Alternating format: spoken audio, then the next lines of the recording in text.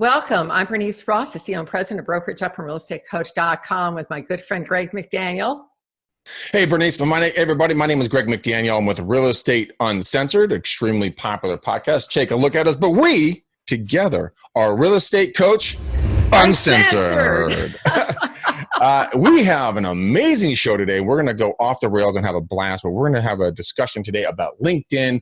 Should you use it? How do you use it? Could I use it? How can I grow my business with it? Should I grow my business with it? And all the in-betweens there. So, Bernice, start us off. And I know that you've done a lot of research on this, and you've really kind of dove deep into the LinkedIn arena for real estate agents and just overall professionals.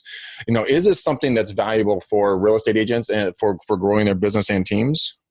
Well, I interviewed a woman whose name is Sherry McCormick, and she had some absolutely outstanding tips for using LinkedIn. And let me give you two of them, because LinkedIn is one of your best lead generators ever.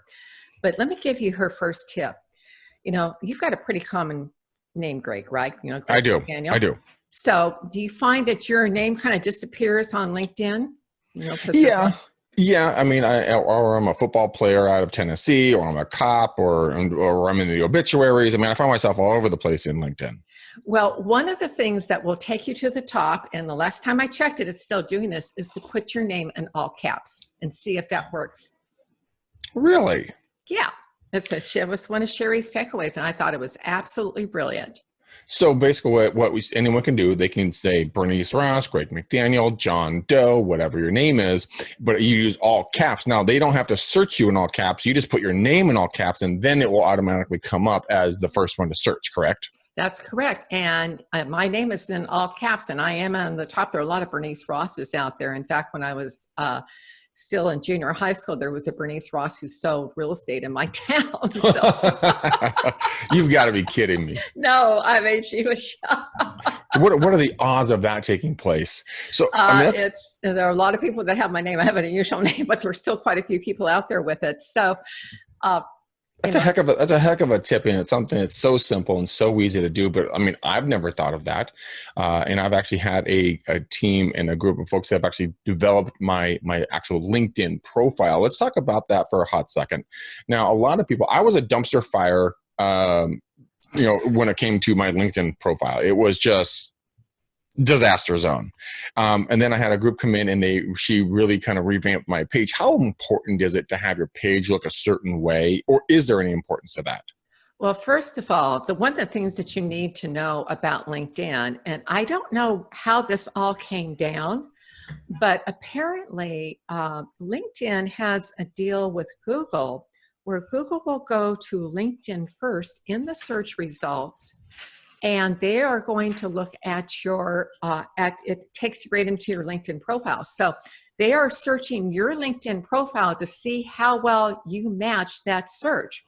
So given that's the first place that Google supposedly is sending people, you know, I mean, I don't know if this is true or not, but I've heard it from a couple places now, that you need to have your profile page set up, and whatever you have at the top better be the thing that you want people to know about you in terms of, you know, if you're a real estate broker, your name, you know, contact information, you know, and what your specialties are, where, you know, use your city, state, zip code so people know who you are. And if you have a niche, and I think today you absolutely have to have this, Greg, it's 100%. Oh, yeah. You've got to be niched. You know, that's it. You can't be found otherwise. So have that where it's going to come up on the very top. Well, there's riches and niches. We all have heard that cliche saying 1,000 times, and it really is true. You don't want to be a real estate hoe and running around town all over the county trying to, you know, do real estate in all these little towns. You got to figure out what your lane is, stick in your lane. And I think that's also coming true on social media. You and I were talking about some other social media platforms that are out there, and we were laughing and joking about TikTok because of the fact that I'm rocking my head against this thing, trying to figure out how this can work. And I think I got an idea, but you and I both agreed, I don't think it's going to stick around like Snapchat and like a lot of these others. They've come and they've gone. One of my favorite ones that came and went was Blab. That was a phenomenal opportunity for a short period of time, but LinkedIn is tried and true, and is battle tested, and it's here to stay. One of the things that I think that you and I have discussed a lot, and a lot of other agents have discussed, once you have your profile set up, You have your name in all caps, so you pop up to the top of the different searches, right? It's really going down, it's being interactive within LinkedIn. And it's, on Facebook, you can talk about doing keg stands and going on the lake and boating and bonfires and sleeping until noon with your friends. That's beautiful and fine. That's a weekend, but it's not how you talk on LinkedIn. So break it down for me a little bit. And a lot of people probably know this already, but for the folks that don't, how do you speak on LinkedIn to be heard? Well, the most important thing, Greg, is that you want to, LinkedIn, and this is the place, by the way, that you can find millennials, because the ones that are in business, they are on LinkedIn and they know they need to be there for business. So this is your, it's, if you had to take your picture today, are you dressed for that, for that business picture? Well, Right. that's the voice you want to have, is your professional voice. You don't want to, it's okay to have some personal posting, but people are coming there.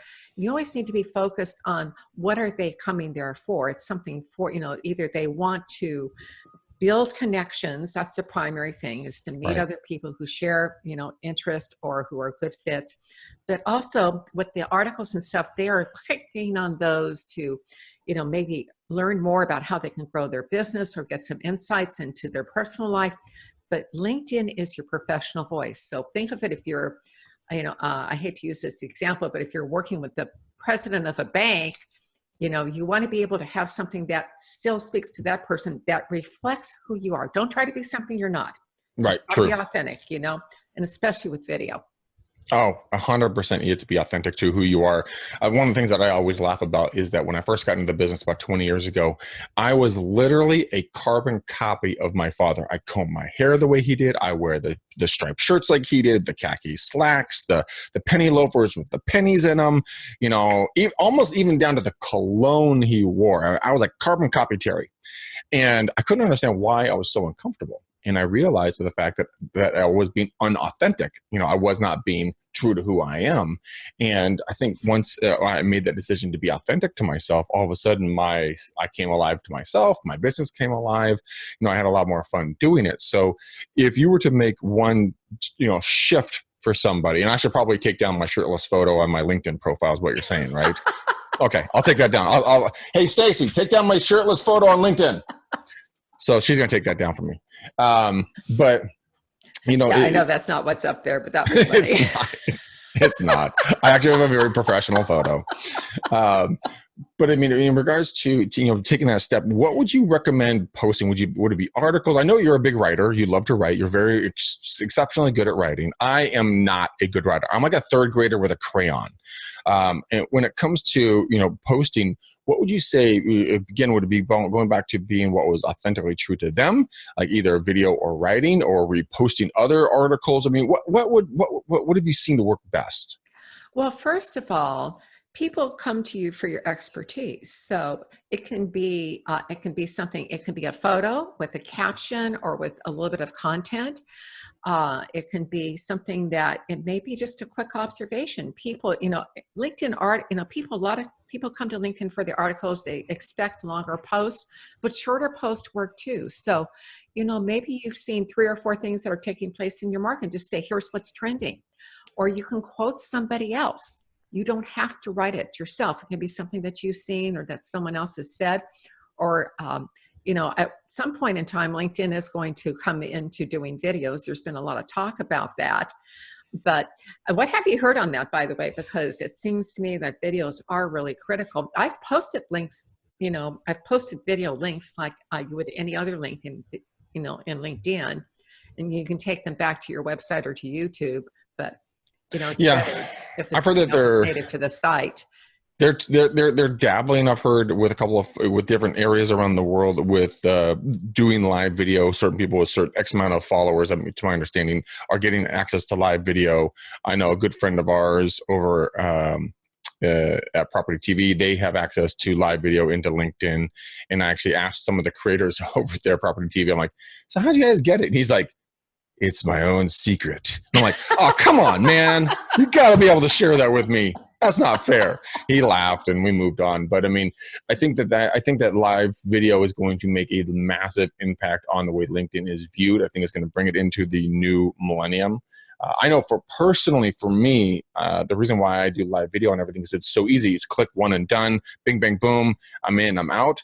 And I think when LinkedIn does that, I will have a lot more of an interactive, presence there. But I do like the fact that people, when you send an actual personal message in LinkedIn's mail, it's a very different than just sending a canned email. And I think a lot of the times we get lost in there and we all get discouraged in LinkedIn because all we see is just canned, like, hey, I want to help you grow your business kind of stuff. So how can you stand out amongst all the spam in there? Because that's a big problem, I think. Wouldn't you agree? Well, I get virtually no spam on LinkedIn at all. So Oh man, I'm the only one? This sucks. I doubt that you're the only one, but again, it's like, who have you accepted in? So let's talk about who you need to accept into your LinkedIn database. For me, if I don't know the person, you don't hear from me. Facebook, yes, but not on LinkedIn, because those are the people that if I can't walk up and say that I've either had a conversation with you or you're someone that I really would like to meet for whatever the reason, then I'm just not interested. I don't need to fill my LinkedIn profile with people that I do not know. For me, this is my list of people that I work with. And that to me is one of the takeaways I would really like to emphasize from today's session. What we know, this is true on Facebook, across the social media, you can handle about 150 relationships. And when I say handling them, I mean that means that you are in conversation with them at least once a month. And you need to develop the 150 people who will send, who are your A++ people who will send you referrals. Those are the people you need to be in conversation with. And you want to build that database to 150, because each of those 150 people knows 250 people. And of those numbers, at least 10% will be moving in the next year. So 15 out of the original 150, and then another 250, you've got another 25 out of that group. So you've got a total of something like, for each one of those, of the 250s, 20, I mean, it's well over 100, several hundred people that will be moving if you just start doing the numbers. It's, the exponential nature of it. So you want to make sure that you're that top, the person who is most likely to, be a top of mind with them because you're in conversation with them. So that, especially on Facebook, and I know we're not talking about that, but on Facebook, when somebody comments, you want to comment on what they've commented. So if somebody comments on LinkedIn, or if you see them post something, then you want to comment. You want to be in conversation with them so that, and this, we just got the latest version of the National Association of Realtors Profile of Buyers and Sellers. And what it says is the same thing. On listings, 75% of the time, they hire the first person they talk to. So you want to be the first person who's in conversation with them. That means getting face to face. And let me tell you, Sherry had this suggestion on how to use LinkedIn. And I thought this was brilliant. I know, Greg, you like cold calling. I do. I'm sick in the head. Me in the head. I write. I don't cold call. And I would say most of our listeners probably don't like doing video because we hate how we look, we hate how we sound, and it's like, get over it. But yes. Get over it. Video is not going anywhere. It's here to stay. But okay, so yes. How would you like 5 really great leads this week? Bernice, I would personally take it as a wonderful thing to take 5 active leads. I don't want 500, I want 5. So how do we get 5? Okay, so I don't know how active they will be, but what you do is go to someone who's in your LinkedIn network, and you invite them for coffee or for a drink, whatever is appropriate for that person. And then say, let's do a LinkedIn exchange. And depending on what their business is, let me go through my LinkedIn list and see if I've got 5 good leads for you. And if you have 5 good leads for me. It's that simple? Yep. Wow, what the hell? Everyone's trying to make everything so freaking difficult. And you're just like, dude, just take someone to coffee. Say, hey, man, let's do a little LinkedIn swap in here. And hey, you should meet Bob, Phil, Stacy, and Bernice, and Jessica. And you're like, well, you should meet so-and-so and so on. And you're off to the races. Do it a personal introduction, and you're out the door. So for me, I've done it completely wrong. I've done it not wrong. I've done it differently than you. I literally accept everybody into my LinkedIn. And I think that's where I'm getting a lot of the spam, because I mean, they're out there, they're casting their net wide. I was casting my net wide, and I'll be honest, I've completely screwed the pooch when it comes to LinkedIn. I just don't do it right at all. And I need to go in there and clean up all the dead wood. People have never responded. People who don't interact, get rid of all of them. So I have like 7,000 people on my LinkedIn, or some ridiculously large number. Well, okay. So you've got 7,000 people in your LinkedIn Like network. Yeah. Then, but given that you are doing, okay, and here's something that's, I just want to draw this distinction for, if you're an individual agent, you want to take it down that 150. But if you're doing media like you are, then having the 7,000 is probably, you want to build that big audience, because you're media and you want the exposure. So you haven't done it wrong. You've done it differently. And I think that's a really big distinction. Yes. So if someone is a broker, or if they're, by the way, one of the things that came up when my conversation with Sherry, I thought this was very interesting. I'd like to get your opinion on this. So do you accept LinkedIn invites from other agents that are who are competitors? I do, actually. They don't really send them all that often, but when I see them, like, oh, boop, all right, accept. I don't understand why they would send it. I don't send them, but I mean, there's got to be a rationale behind that. What did you hear? Is it a good thing, a bad thing? I mean, well, the question is, would you write a recommendation for them? I'm not going to answer that. And that is the right answer. It's like, this is my LinkedIn network, and I'm going to recommend another agent. The people in your network will think, what's up with that? Yeah. Either you're buttering someone up because you want them to accept your deal, or you had a good deal with them in the past. There are a few agents that I would write a recommendation for, but there's probably 99% of them that I wouldn't. And you know what that really is? That's really sad to actually have to say that. Wouldn't it be better to say that you'd write a recommendation for 99% of your competitors and coworkers and fellow real estate agents, versus saying the rest of them just suck? I mean, how much on the head are we sitting when it comes to that? I mean, we should be supporting each other, but the actuality of it is a lot of agents just aren't good. And it's not that they're not good people. They just aren't taking the time to make it a profession. It's more of a hobby from time to time, when they do, on average, 4 deals a year, I think is the number. It's not even that high. Yeah, it's ridiculously low. And so and that's why I love doing videos and other media like this, because all the intel on cool people like you that I get to hang out with and do shows with, and all the knowledge we get to spill out back out into the world. And if people take 1% of all that information and they put it into their business, they'll become a much, much better agent. And LinkedIn is a phenomenal place to go read articles, go watch videos, go be a part of the professional environment of the business, not just part of the, the day-to-day grind of, well, for me doing calls, you doing writing, whatever the flavor is, right? Well, I think that's that's a great takeaway. The kind of the bottom line is, you want to build individual connections. I mean, that's what this is about on LinkedIn, and it is in the professional space. So, Greg, just to kind of wrap up for today, what are your takeaways that you would tell people in terms of using LinkedIn? You've interviewed a number of people about this. What are some of the key takeaways that you've heard?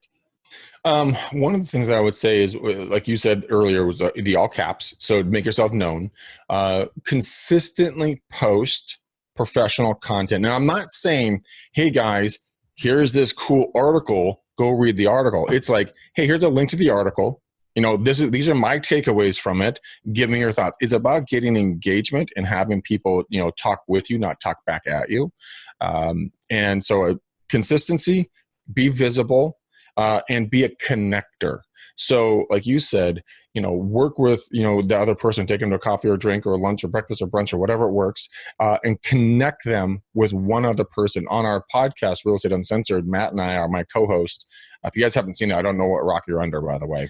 But Matt and I, and Bernice, you've been a guest on the show several times, and we always pull everyone off after the show. We say, we have a debrief with them, and then we ask them, who can we connect you with? How can we help you grow your business? What is your perfect client?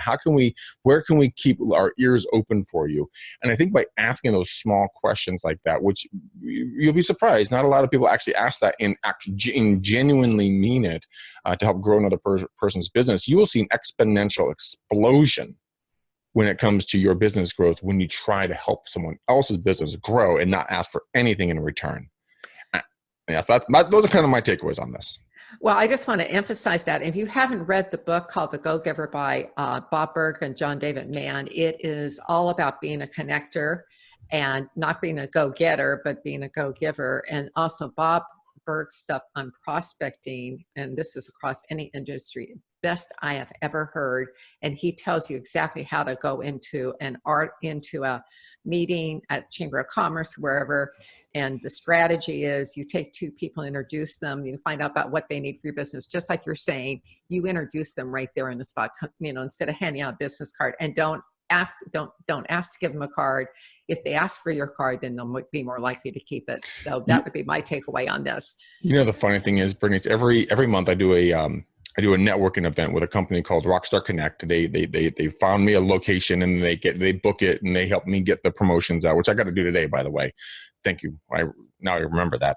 But the thing that I do at my networking events is exactly that. I don't go mingle with everybody else, even though I probably should. My whole goal is I sit there and I'm very conscious of the fact when people come in, I'm like, oh, hey, welcome. Well, what's your name? What do you do? What are you looking to do here? And then I will scan the room and I'll be like, you know what? You should go talk to that person right there for this, that, or another reason. And people come back month over month over month over month. And I'm like, good to see you again. Like, well, Greg, every time I come to your events, I get a client or I get a lead or I get something. And I'm like, you know what? That's exactly what I'm supposed to do. And you know what? I've never asked for a single thing. And people are asking, like you said, they're now asking me, hey, Greg, what do you do, man? Do you just run these events? I'm like, no, I'm a real estate agent. I put people in debt and I stress them out. Would you like to be one of my clients? That's the best description of being a real estate agent I've ever heard. I think that's a great place to wrap up for today. So, I'm Bernice Ross, the CEO and President of Brokerage up from realestatecoach.com. And my name is Greg McDaniel with Real Estate Uncensored. You guys, thanks for watching Real Estate Coach Uncensored today. Look for us. We'll be back with another great edition as soon as you look around.